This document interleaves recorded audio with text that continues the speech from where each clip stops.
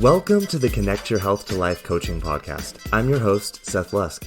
I'm a master certified life coach and published author with a decade-long background working in the health, wellness, and fitness industry as a personal trainer, nutrition specialist, and life coach. If you're anything like me or the clients that I work with, then you might be struggling with some confidence issues or struggling with feeling like you're not living your most fulfilling or authentic life. You may be trying to figure out why you have these amazing desires for what your most fulfilling life would look like, but you can't seem to create consistent action in your life to reflect those desires. So join me as we dive in deep on what it means to truly live a fulfilled and authentic life from the inside out. We're going to look from the perspective of an empowered mindset and uncover some of the reasons why you might be what's holding yourself back from living that most fulfilling life. But don't worry, this isn't about blame, guilt, or shame. This is about empowering you to see. I'm going to break through some of the biggest illusions and myths that we've all been taught to believe along the way. And I'm so excited to have you with me on this journey. So my only question for you is, are you ready to start living your most fulfilling life once and for all? Then let's get started, shall we?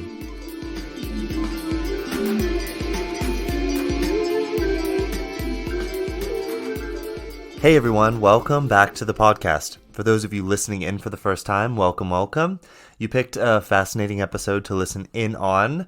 I am going to say that if you're listening in for the first time, that I would recommend you go back because this is today the third part of a three-part series that we are having on authenticity and health. And what that means is that if you listen in today, you're going to be missing out on the first two episodes of this series that kind of prepared you for what we're going to talk about today. So if this is your first time listening in, and you have not listened, or if this is like your 50th, 60th time listening in, but you haven't listened to part one or part two of this three-part series, I'm going to ask that you pause this episode here because it is an amazing episode and I want you to get as much out of it as you can.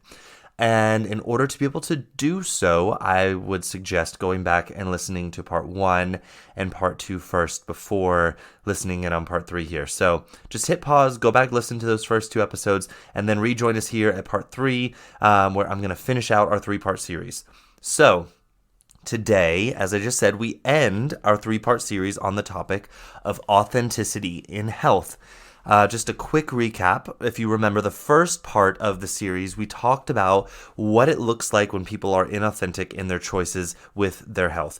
And it's usually based in people pleasing or trying to gain a perception of more value or worth through external validation or approval. It's about receiving a certain type of perceived attention from someone or from a group of people externally.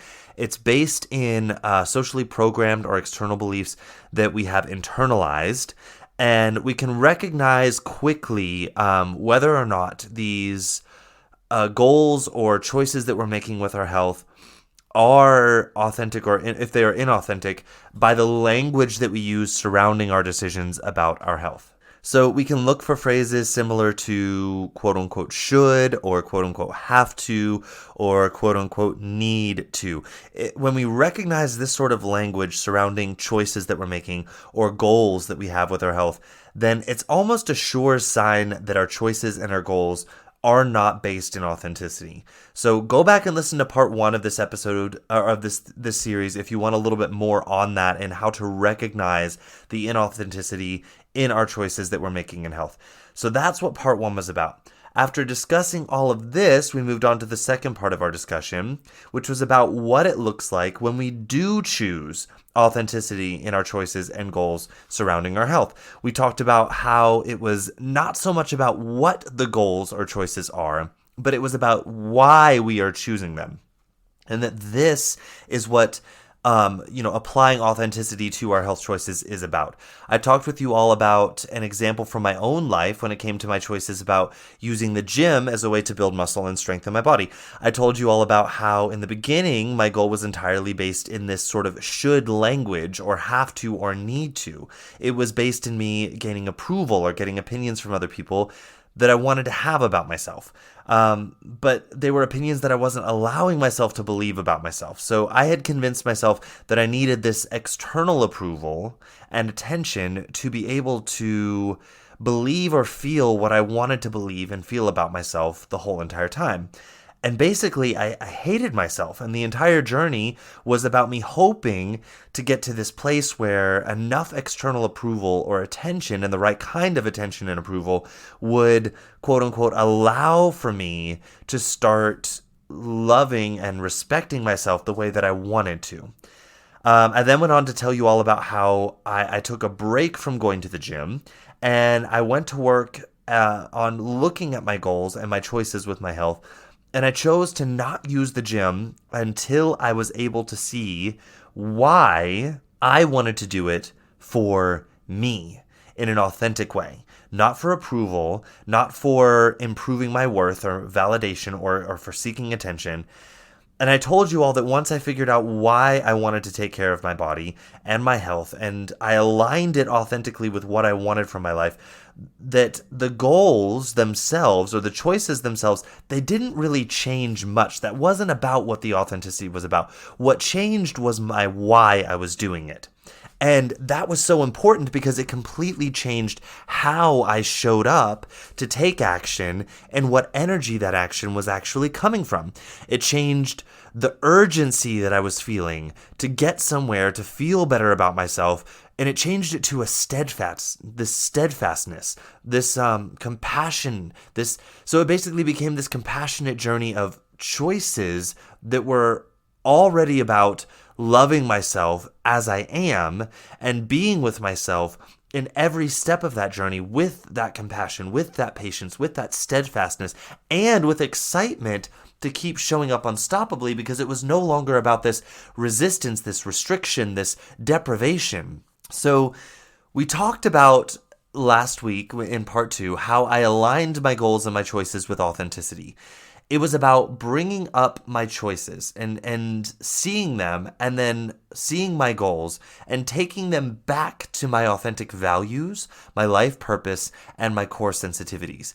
It was all about me seeing my choices and my goals as an expression of my purpose, my values, and my sensitivities. And this was what made my actions unstoppable, what made it possible to be 100% present in my journey with love, instead of having this urgent false desire to hurry up and run away from where I am to get somewhere in hopes to escape how I felt about myself.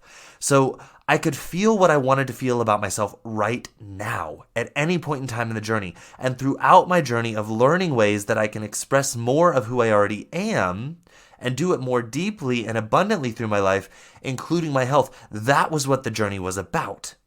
It wasn't about proving anything to anyone. It was about showing up without hiding, without trying to escape my full human experience. And this brings us to today. Today, where we finish this 3-part series on authenticity and health. And what I want to share today is all about why this is so important for us to not just brush off and be like, oh, yeah, that would be nice, okay, whatever, and then go back to doing things the way we're doing it. No, I want to show you all why this is so important for us to begin to pay attention to and create change for ourselves in this area, in the way we're showing up, the way we're looking at our health goals, the way we're creating them, and how we're showing up for them. And I really want to stop this negative relationship, this emotionally wounded relationship that so many of us have with our health and our body. Most of us have so much internal trauma surrounding how we look at ourselves and our bodies and our health. And a lot of people don't even realize that they have this internalized trauma because they're so busy brushing off, oh no, I'm not traumatized. It's just, diminishing the internal trauma of all of the times that they've tried to make changes with their health, that they've thought that there was something wrong with them, or that they needed to hurry up and change something about their body and their health for, someone else's approval, someone else's attention, or for whatever reason that had nothing to do with what they wanted for their life. And then they felt stuck and not being able to do that, and maybe even gave up on trying and just like, you know what, I'm gonna quote unquote and just enjoy my life and eat whatever they want and not exercise and just be like, yeah, whatever, my body, I love it, but really they're not taking care of their body. What they're doing is avoiding looking at their trauma, looking at their wounding, and looking at their health and what they actually want to do with it. We have so much of this internal trauma surrounding this, and we have so much internalized these images of conditional worth that the media and other people present to us of what is beautiful, what is healthy, what is strong, and what is a worthy human body, and what it quote unquote should look like. And I know so many people out there, including people listening to this episode right now, maybe even, probably even you, and including myself, we're feeling so raw, so triggered, so damaged and resistant to looking at this area of our life. We feel like, what's the point? Or we feel like, oh no, I'm not doing that again. Or like, oh yeah, I've done that before. Screw that. I'm over looking at that. I'm just gonna enjoy my life. And we think we already know what the outcome of this exploration will be. And that's what we're basing this decision to resist or just give up on. And the truth is that we don't actually know what it's like to look at our health through the lens of authenticity. What we believe is that if we look at our health, that we will quote unquote have to come face to face with either how unhealthy or gross or unkept or damaged our body or us are, or how lazy we are, and that we will quote unquote have to feel guilty or remorse or regret or shame, and then quote unquote have to hurry up and find this quick fix solution to run away from those feelings to a place where we're allowed to love ourselves again. And that's what we think looking at our health is, or taking a look at what we want to do with our health, what that journey actually is. This is what the image that we have of what that leads to. Or many of us believe that we've gone to this new sort of trend of self-care and self-love that's all about just giving into urges and pampering ourselves, and it's all about comfort and, indulgence. So a lot of us also might be believing that loving ourselves means just not caring about our health, just being like, oh yeah, whatever happens, happens, and just giving into urges and feeling out of control of them and just letting them run our life and determine our health for us, and then be like, oh, why is this happening to me? Why is my body falling apart? Oh, life sucks, and I'm just going to keep enjoying it while I can, and I'll die young. And, we live these very disempowered stories of what our health is about. We either just give up on it totally, or it's all about this resistance, restriction, deprivation, and guilt and remorse and shame. And we feel like these are the options that we have when it comes to, what we have for the options for our health and for how we care about our bodies. And we believe it's too painful. Like I said, it's too restrictive, it's too hopeless, it's too useless, it's too depriving. And a lot of us feel like we're just broken, and that good health is for those few special people with the right genetics and the right amount of willpower that we don't have, and it's just for those people out there. So many of us have these disempowered, deflated stories about ourselves and our relationship with our bodies. And we have so much fear and resistance to opening up to see that maybe there's more possibility of change that we actually want in this area. Not that we have to do, not that we should do, but that we want. And I'm here to tell you that there is a way to approach this whole entire area of our life that is completely different, that is about genuine want. There is empowerment and exciting possibility for all of us, and what choices that we can make and maintain when it comes to how we show up for our health, how you show up for your health and for your body in this life. We talked about what that looks like last week. And this week, I want to talk with you all about why this is not something you just want to brush off in fear or in apathy or in hopelessness. What I want to talk about today is at the very core of living a fulfilling life that you are designed for, my friends. Not just some people in this world. You are designed for that fulfilling life. And what we're going to talk about today, is at the very core of how to do that. It's at the very core of why you are even in this life. So I promise that this here is not something, what we've been talking about over the last 3 weeks and we're talking about this week, is not something that you don't want to pay attention to. You want to pay attention to this. I promise you that. So today, I want to talk with you all about a few benefits. The reasons we want to put this into practice in our own lives. By this, I mean putting authenticity at the center of our health goals and choices. And what I'm going to talk about today are some of the benefits that I hear from my clients when they begin doing this for themselves. These are also benefits that I've learned by putting this into practice in my own life. These are also benefits I've seen in colleagues or friends' lives when they begin to put this into practice in their life. So these are just some of the benefits. There are many, many more. And every person also has some very unique benefits that maybe other people, when they start choosing to live using authenticity for their health goals, might not experience so much, but they'll have their own set of authentic benefits. But these are some of the more universal seen benefits that I see in my clients and in myself and in my own life and in friends and colleagues. So starting at the very beginning, I think the one that is most important to talk about, but because of the fact that we've become so focused on external validation as a society, it's also the one that maybe gets overlooked.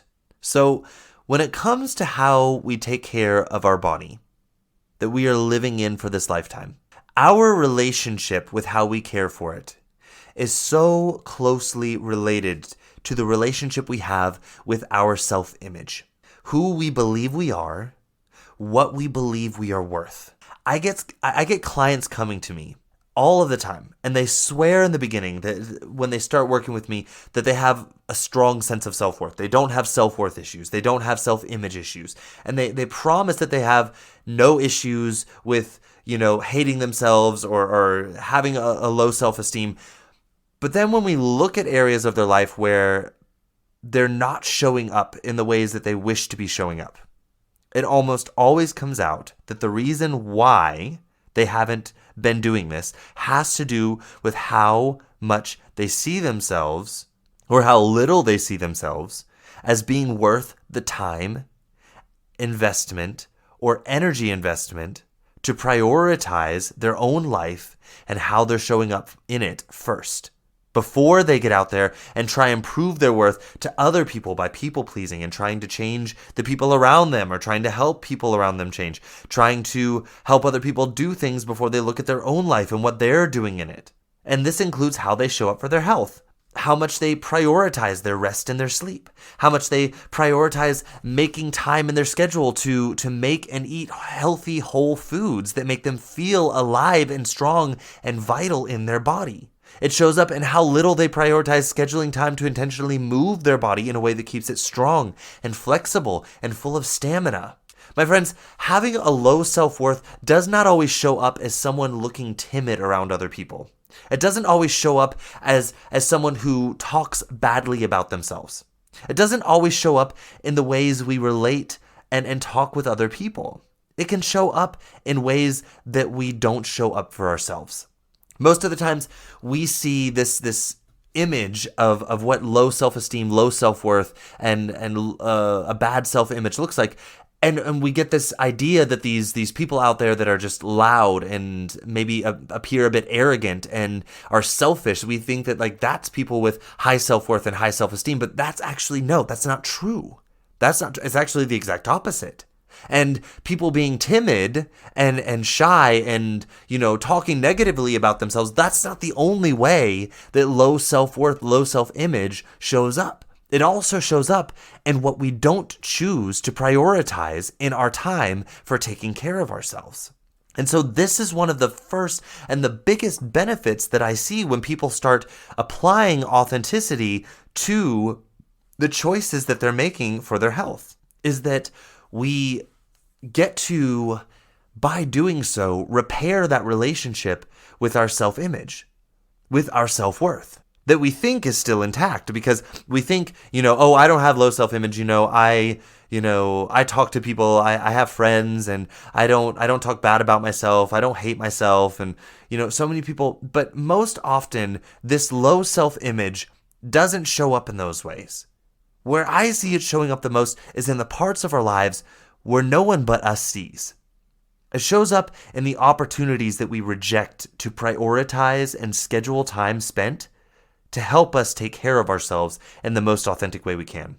It shows up in how often we convince ourselves that it is better to people please and say yes to someone else, or just keep pushing ahead helping others and hope that they eventually give us time to help ourselves, or that they will turn around and help us. It shows up in those ways. These are expressions of low self-worth, my friends. And when we become authentic in our choices of how we want to care for our body and health, we begin to repair that relationship that we have with our self-image and our self-worth. We begin reminding ourselves that it's not selfish to prioritize this time and to do this for ourselves. In fact, it's one of the least selfish things that we can do to express to the world and to the people that we love just how important it is to show up for ourselves and create that authentic health that we want in our lives. We become a living model of permission. We become an example of what is possible there. We don't do this to take away from the importance of others, but to remind others to remember for themselves how important they are and that their health is, and to show up for it authentically for themselves. And as we do this, we repair a relationship of trust with ourselves. As the inner wounded version of ourselves that we rejected over and over again for the sake of other people and gaining their approval and their acceptance and worth through their validation, as that wounded part of us begins to see that we see them and we're choosing to be there for them now, we reestablish a relationship of love and trust with ourselves that makes us unstoppable in showing up for ourselves, even when other people might misunderstand us through their lens of people-pleasing and conditional worth that is based in other people's validation. We'll have this internal peace and steadfastness to just show up for ourselves anyways. I see with my clients a lot of them being able to peacefully release comments or internalize beliefs from others because they see clearly now the lens that these people are seeing them through is one of people-pleasing and conditional worth. And they see this because it was the one that they used to look at themselves through. And now they know for themselves it's not their truth anymore. And they can simply see the thought, see the belief, hear the comment, hear the idea, and instead of internalizing it and making it true for them again, they can peacefully just release it. Return to sender with love and compassion. And this is, to me as a coach, this is the biggest and most important benefit of allowing authenticity to be at the center of our health goals and choices. There are some other big ones we're going to talk about today that are, so important. But to me, I think this is the most important, is that we get that opportunity to repair that relationship. And I get that we live in a world where this relationship with ourselves is so overlooked and so underrated and so misunderstood and often thought of as something that it's just like maybe an added bonus in life for the lucky that already have everything out there in place, and then they have the time and the luxury of repairing that relationship with themselves. But I'm here to tell you that no, that's the most important thing. We need that first before we start showing up and trying to make all these changes out there. You know, I've been trying to show you all since the beginning of the podcast that this relationship that we have with ourselves is literally the only important thing to look at until we have looked at it and begun the process of healing there. Choosing authenticity to be at the center of your choices and goals anywhere in your life, but also with your health, can become your way into looking at that relationship and starting that healing process. Okay? So that's benefit number one. Benefit number two, our health touches every aspect of our life. So being authentic here impacts every part of our life. This is another way that we benefit here. Our health choices impact literally every other area of our life. How we show up in relationships, whether it be family, friendships, work-related, casual relationships, romantic relationships, how we relate to people, even people we don't know, how we show up for those relationships is directly impacted by our health. When our body is feeling energetic, alive, rested, taken care of, full of nutrients, pain-free, vital, free to move, full of strength, we show up in our lives and how we talk to other people in a completely different way, how we relate to other people in a completely different way. We come from a space of abundance instead of a space of scarcity. But not just relationships are touched here. Our work that we do in the world, whatever that might be, the way we choose to show up and contribute in the world from that space of enoughness, From that space of a healed relationship with ourselves, our health directly impacts how we show up from that space and contribute. Because remember, it's not that we don't help others. That's not what I was trying to say by the last point when I say prioritize our relationship with ourselves. It's not that we don't help others or contribute to the lives of others when we prioritize ourselves. It's actually quite the opposite. And that's what's crazy. Most people out there are like, oh no, I'm not that selfish to prioritize myself. When we prioritize ourselves, our cup is finally full and overflowing. And then we actually have something. We finally have something authentic to show up with and contribute that doesn't have these strings of debt attached to them, these expectations to get something in return, even if that something in return is just attention or approval. That's not even attached. It doesn't matter to us anymore. We just have this abundance overflowing and we're like, yes, I'm here to show up for you. I've got this. Here, take some of this, take some of that. Here, I've got this to offer. I've got this to contribute. And we don't want anything back because guess what? We get to go back to ourselves and fill that up ourselves. We know how to do it. We don't need other people to do it for us. So we can contribute in a genuine and abundant way when we have first prioritized ourselves and authentically taking care of our health. Not from the inauthentic should, have to, need to version that we've all been taught. When we are in that space of abundance where we have prioritized ourselves, we have taken care of our health from that authentic space, the options that we have of how we are physically capable of showing up on our bodies is so much more expansive. When we have rested, strong, vibrant bodies to show up with, then the ways we choose to show up and contribute at work and our communities and our circles of influence, those ways are so dramatically different. So this is another huge benefit of being authentic with our health. Because when we're authentic with our health, we show up for it unstoppably. It's not one of these, oh, I'm in this, I know I'm fasting right now, I'm dieting right now, and I'm so restricted, and I'm so tired, and I hate myself, and I hate my life, and I'm trying to get away from it. I don't have time for other people right now, and I'm just, I'm so deprived. And, when we come from this space, and that's how we take care of our health, of course we don't want to help other people. And of course, when we do contribute, we're doing it from a space of tiredness, of lack, of resistance. We're coming at it from a space of scarcity. And so then anytime we do contribute, we expect, no, I need something back now. Oh, I've overextended myself to contribute here, so now you owe me. We come to contribution with this you owe me mentality when we come from that inauthentic space of taking care of our health.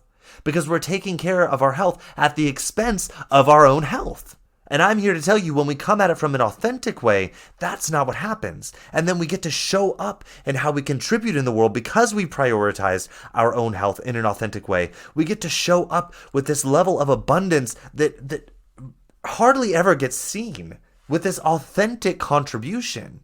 Because when we take care of ourselves authentically, we're not making a bunch of have to, should, or need to decisions about our health. We feel responsible with our health.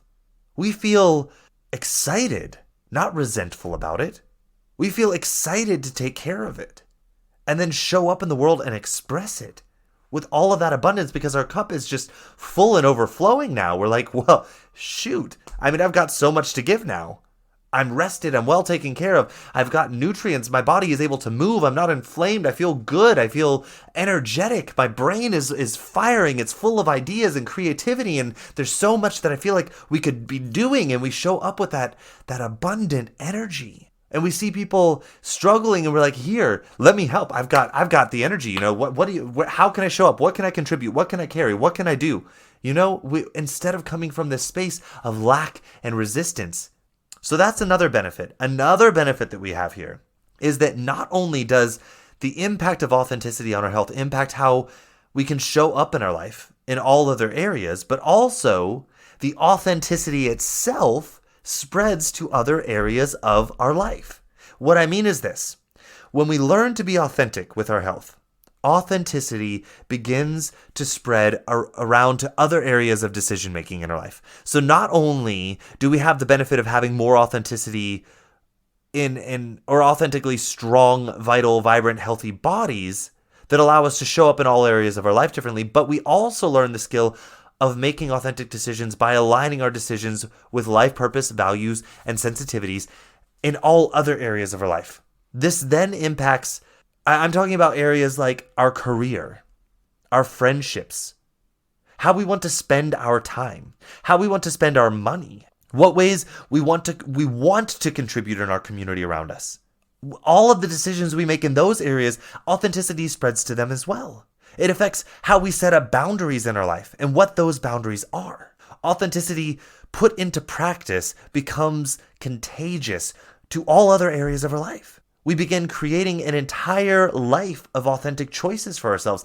And this is a massive benefit to making authentic decisions about our health. Now, another huge benefit, and I've talked about this before, but I want to bring it up here again. So many times when we talk about taking care of our health, it comes back to making decisions about the foods to eat or not to eat, things to drink or not to drink, decisions to go to bed at certain times, to get a good night of rest. These kind of decisions. These are some of the decisions that we make when it comes to how we want to show up and take care of our health. There are many, many, many others, but these are some of the bigger ones that a lot of us start to think about. We think about choices about not participating in certain activities that could harm our authentic health. And so often when these decisions are being made from an inauthentic place, we end up feeling these feelings of restriction and deprivation. And I've talked about this before in this episode and in many, many others. But maybe here, when I explain it this way, it hits home. When we start making decisions about our health from a place of authenticity, this completely changes. I mean, a 180-degree shift in change. Because it's no longer about what we shouldn't eat or do, or what we can't eat or do, or what we have to eat or not eat. Restriction and deprivation, when we apply authenticity, transform into freedom and empowerment. You see, once authenticity is applied to the decisions we are making, then we are making them from a place of purpose and a place of values. Things that are important for us, things that we want in our life, things we want to create in our life. So instead of it being about what we should not do, or cannot do, or should not eat, or cannot eat, or what we have to eat, it becomes about what we don't want to do, or eat, or drink, in order to accommodate the time we are prioritizing, the energy we are prioritizing into what we do want to be doing in our life. And I know this feels so confusing for so many people because many times when people come to me and we discuss this area of health decisions, what they think they want to be doing are these things, these foods that they think are also causing them dishealth. They think that they want to be doing these things, eating these foods, drinking these drinks that are holding them back from creating the authentic health that they truly want. They see these things as having some sort of power over them that is making them want to do things that keeps them stuck. This is merely a belief or a thought, but it also will cause you to feel that way and then behave that way. But it's not necessarily the truth. Not the whole truth. So when we think and believe this, we take actions that prove that to belief to be true. That is how our brain operates. We have a reticular activating system, and we believe something, we tell our brain to believe something, our brain goes about finding evidence for it, including by taking actions that will prove that belief to be true. But what happens if we look at it from a different perspective, and we see that this isn't the total truth, and therefore doesn't have to define or restrict us or keep us stuck in these cycles of doing these things, eating these foods, drinking these drinks, taking these substances, buying these things that then have a consequence on the other side that pulls us further from our authentic wants. And see, this is the difference between true and false desire. And I did an entire episode on this in my podcast, and you may want to go back and listen to that if you don't know what I'm talking about here. It's episode number 68, I believe, and the title is Genuine and True Desire. Episode 68, title Genuine and True Desire. Go back and listen to that if you want to hear a little bit more about the difference between true and false desires. Oftentimes, what happens is we have urges. Urges stemming from false desire, where we have maybe used foods, used activities, used substances, used drinks to distract us from emotional pain or to avoid discomfort or to seek comfort and pleasure. These urges feel to the brain like we want them, but the reality is they are a response to an old programming in the brain. But remember that the brain is not us. If it was us, we wouldn't recognize our thinking. We wouldn't be able to look at our thinking. We wouldn't be able to recognize what it's doing. We wouldn't be able to observe ourselves. The brain is not us. It is a tool that we get to use. So it only controls us when we don't choose with intention to use it.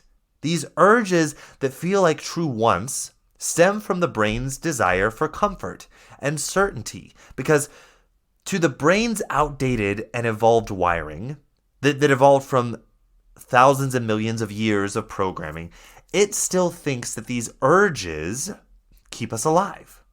But here's the thing. These urges come from a time where there was food scarcity. There was shelter scarcity. There was real threat to death out there, things trying to eat us, diseases that could kill us because we didn't have medicine against it.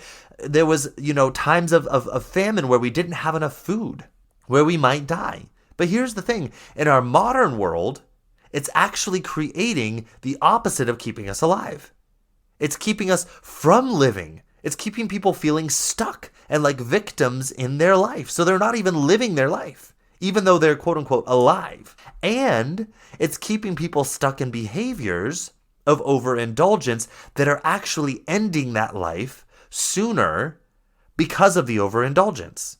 And what we're doing is we're waiting around for the brain to do differently. But guess what? It won't. It is not yet evolved to do so. And guess what? How did the brain evolve to do what it does now? Because the people that lived before us, thousands, millions of years ago that we evolved from, chose to use their brains in a way that evolved it to how it is right now.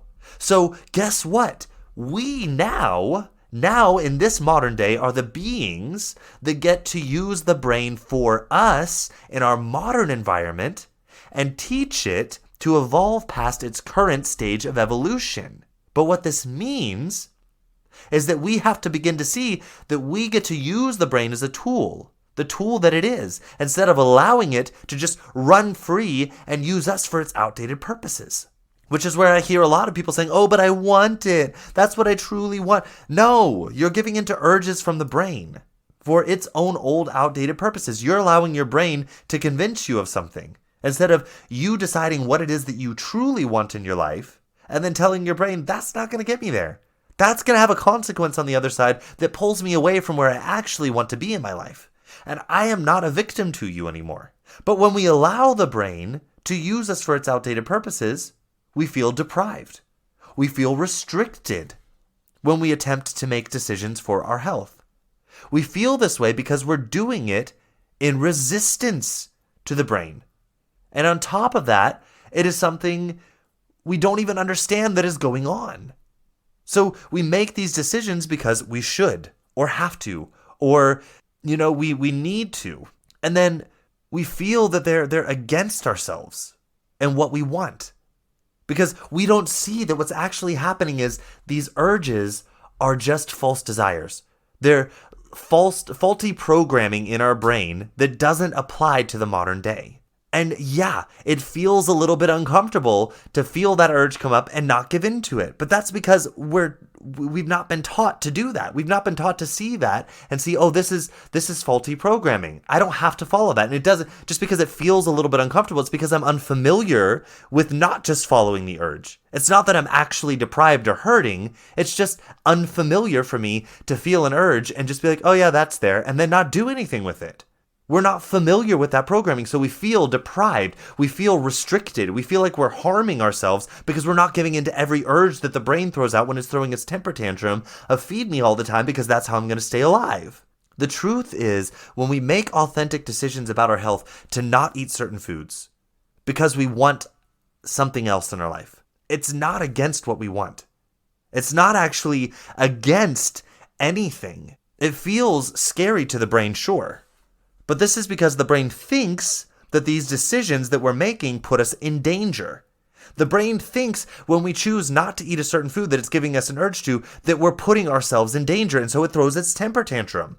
It throws out, thoughts, beliefs, and scares us into thinking we're going to die. Because the brain is wired to believe that food, safety, pleasure, and comfort are scarce. And that having more and more of them increases our chances of survival. But we know that this isn't actually true. This is an illusion stemming from a long time ago in which circumstances were very different. That strategy then helped people survive. The drive to seek comfort, certainty, and food when it was scarce increased chances of living. But now it does the opposite in an environment where food is always available. And it's more food than is healthy for us. And that's available to us. So we don't have to go against anything. We just need to understand what the brain actually wants. It wants to know that we are doing what is best for our survival. That's what the brain wants.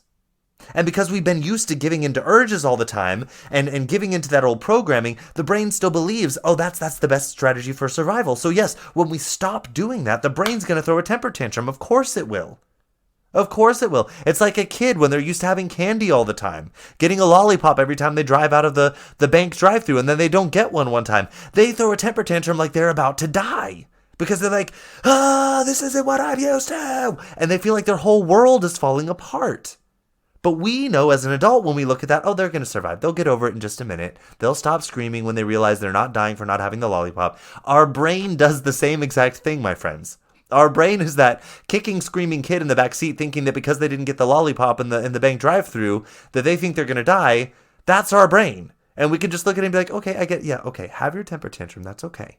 That's okay. Scream, kick, whatever you need to do, get it out of your system. Then let's let it go. We're moving on. We've got other things to focus on that are a little bit more important here. It's not about resistance. It's not about going against it. It's about recognizing that the brain is a little bit confused. Because its wiring is a little bit outdated. We've evolved our environment a lot faster than the brain can evolve. And we just need to recognize that, yes, the brain is going to throw temper tantrums in our modern environment because it's not actually adapted for this environment. But we want this environment.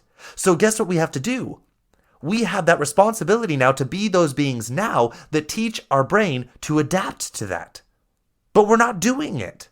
Because we think every time we make a decision to not eat a certain food, to not give in to an urge, that we're depriving ourselves, that we're depleting ourselves, that we're restricting ourselves because we're not doing it for something that we authentically want. We're doing it from these inauthentic should, have to, need to ideas. So when we bring it back to authenticity and something that we truly want, we get to show the brain, we get to put the brain back into its role. And we get to make these decisions to not eat certain foods, to not participate in certain activities, to not drink certain drinks, not because we shouldn't or can't or have to choose not to, but because we have a clear picture of what is possible for us that goes beyond the urges of the brain, that goes beyond this old faulty wiring that's like food all the time helps us survive. Comfort all the time helps us survive. We have a clearer picture beyond that. We see the brain for what it is and what it's doing, and we have a clearer picture of seeing wants, true wants, not urges from the brain. And we begin to explore possibility in our health decisions that we didn't even realize were possible before because we felt like it was restrictive or depriving or just too hard. We thought that we didn't have the willpower. But when we apply authenticity here, all of that transforms. Instead of these decisions coming from a place of deprivation and restriction, instead, these decisions come from a place of empowerment and genuine, true desire or want in our life. We're not resisting wants. We see urges for what they are, instead seeing more clearly what we truly want because we allow ourselves to see more of what is possible when we don't have to give in to the urges of the brain all the time. When we're not having to constantly feed those urges, so much more of life opens up to us.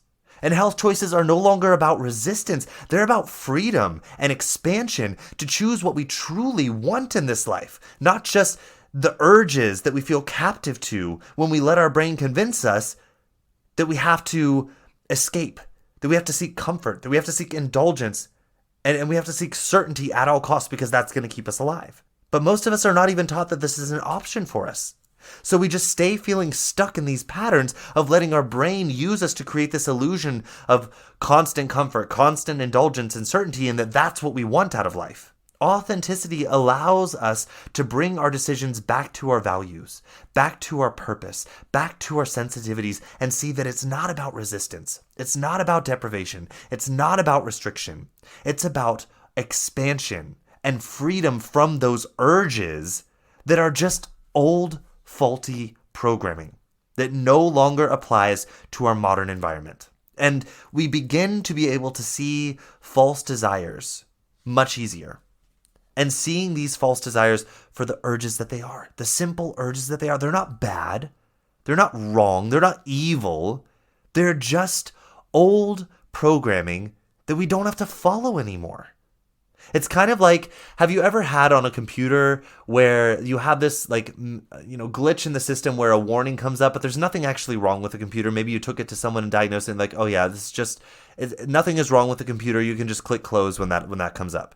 It shows up. It's like something's wrong with your computer, but there's really nothing wrong with it. So you just click close. If you've ever had that happen on your computer, this is what's happening in your brain. Pretty much. Just click close. It's okay. Just let it go. There's nothing wrong. There's just a little bit of confusion in the software programming right now.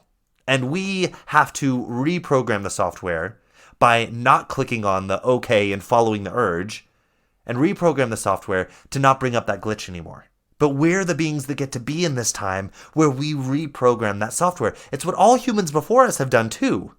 That's how they programmed us to be able to survive in those times of scarcity. Thank God they didn't give into, the desires for constant certainty, and instead gave into, taught their brains to reward them for going out and seeking food and facing danger to seek food. Otherwise, we would have never survived. That was their responsibility then. Our responsibility now, as the beings that have these brains that have evolved from that situation, is to recognize that the situation that we're in right now, the wiring for our brain doesn't maximize our potential, our possibility, and doesn't allow us to live our lives as fully in this modern environment. Because that old programming still tells us food is scarce, shelter is scarce. Needing other people around us constantly is the most important thing because they're going to help keep us alive. All of this is just old programming that we have the responsibility to look at and be like, okay, I get the desire here, but we have a new environment. We have a new way to fulfill that. And when we start applying authenticity, we open ourselves up to see those possibilities because making these decisions for our health is no longer about deprivation and restriction. It's about freedom and empowerment. So the last benefit that I want to talk about today is this. When we start applying authenticity to our health, we get all of these other benefits. It's no longer about restriction and deprivation. It's about freedom and expansion. And when all of this comes together, guess what happens? We become unstoppable. When our decisions are aligned with a why, not a what or a should. When they are aligned with true desire, not false urges or old programming in the brain. When we have this sort of alignment, nothing that life can throw at us becomes a stopping barrier anymore. Instead, everything in life becomes an opportunity to learn and to deepen our connection between our decisions and our purpose and our values in life. Every circumstance in life becomes an opportunity to deepen our understanding of our own values and purpose in life, and then sharpen the way that we show up to express it. And this means that circumstance literally never stops us. And I'm not a fan of using superlatives here, but in this case, I feel quite confident in using one. Literally nothing in life can ever stop us when we arrive at this space of using authenticity as the focus, as the starting point for our decisions. Only we can make the choice to stop. Nothing out there can make us do it. Not even death. And maybe that's a discussion for another time, so we won't get into that today. But yes, even death itself does not stop purpose and authenticity because they're not tied to what's. And this body that we care for is a what. It is a what. In this lifetime, it feels important to us because we're living in it. It's how we express what we are. It's what we express through is this body. But it's a container. It's an expression. And long after that body is gone, the why of our purpose and how we took care of that body, it lives on in the world around us in so many different ways. So we literally become unstoppable to any circumstance in life when we go back to authenticity. So my friends, authenticity makes us unstoppable in how we show up for ourselves in life, in the decisions that we make for our health, and so much more. I've talked with you all so many times about the importance of authenticity in other areas of life, and I think it becomes very easy for us to sort of compartmentalize our lives and believe that authenticity may be helpful in one area of life, but not in others. And I'm here to show you all that authenticity is at the center of every part of a life that is healthy and fulfilling.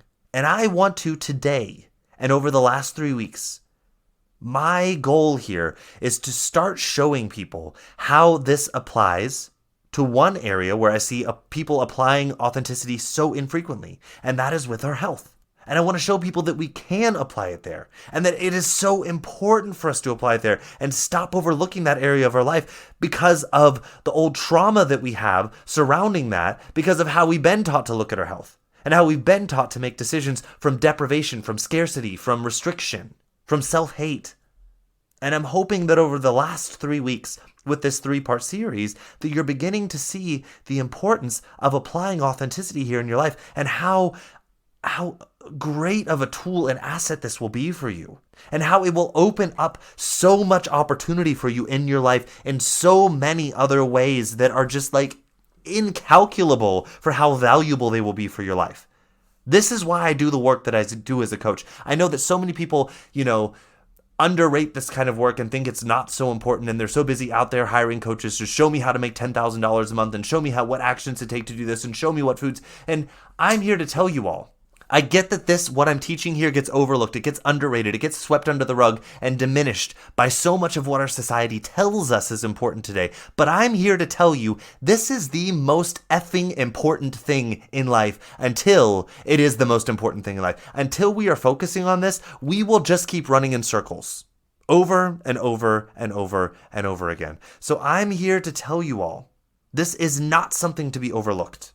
It's not something to be overlooked. And it is something that we want to start applying to our life, in the area of our health especially. And I'm hoping that over these last 3 parts of this series that you're beginning to see that. I'm hoping this has also opened up some questions and curiosity for you all. Because guess what? There's so much more we can talk about here.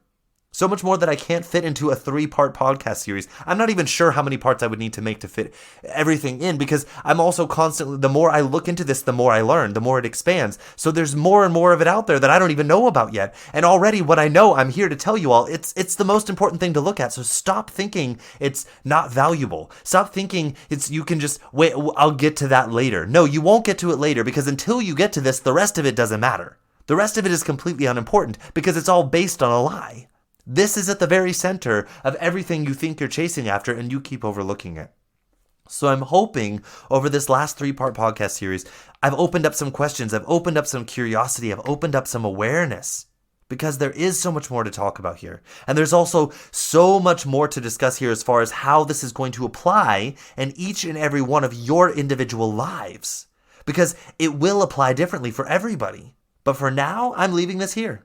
I'm leaving this here with the intention of creating awareness, opening doors to this conversation about health and how authenticity applies to it. So what I'm here to say for now, I'm here as a coach. I'm here for any one of my listeners that has questions. I'm here for anyone who has listened to this and has begun recognizing over the last 3 weeks that authenticity hasn't been at the center of your health decisions. And maybe you want to begin making it the center.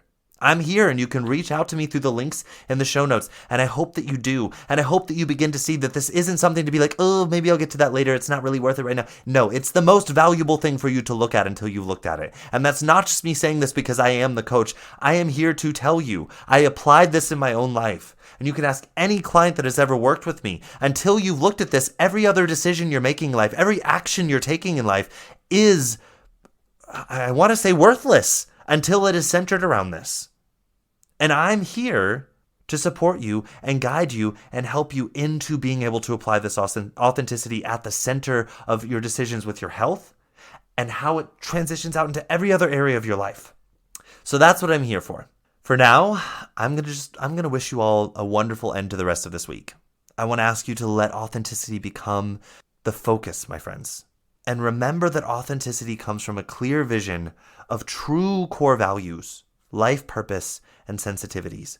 Not from what anyone else out there can tell you about what you should, need to, and have to believe. It comes from in you. So you want to get clear on those. And then allow authenticity to be the focus of how you make your decisions in your life, including your health. I wish you all the most authenticity in your lives. The world needs more of us showing up from this energy. Okay? So get out there and start. I love you all, and I'll see you here again next week. Ciao. Hey, thank you for listening in this week.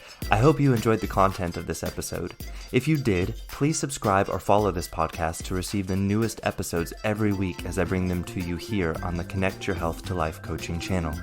Ratings, reviews, and comments are always appreciated. These allow me to know more of what my listeners would like in the podcast and allow for more people who may be searching for a podcast just like this one to find the Connect Your Health to Life coaching channel.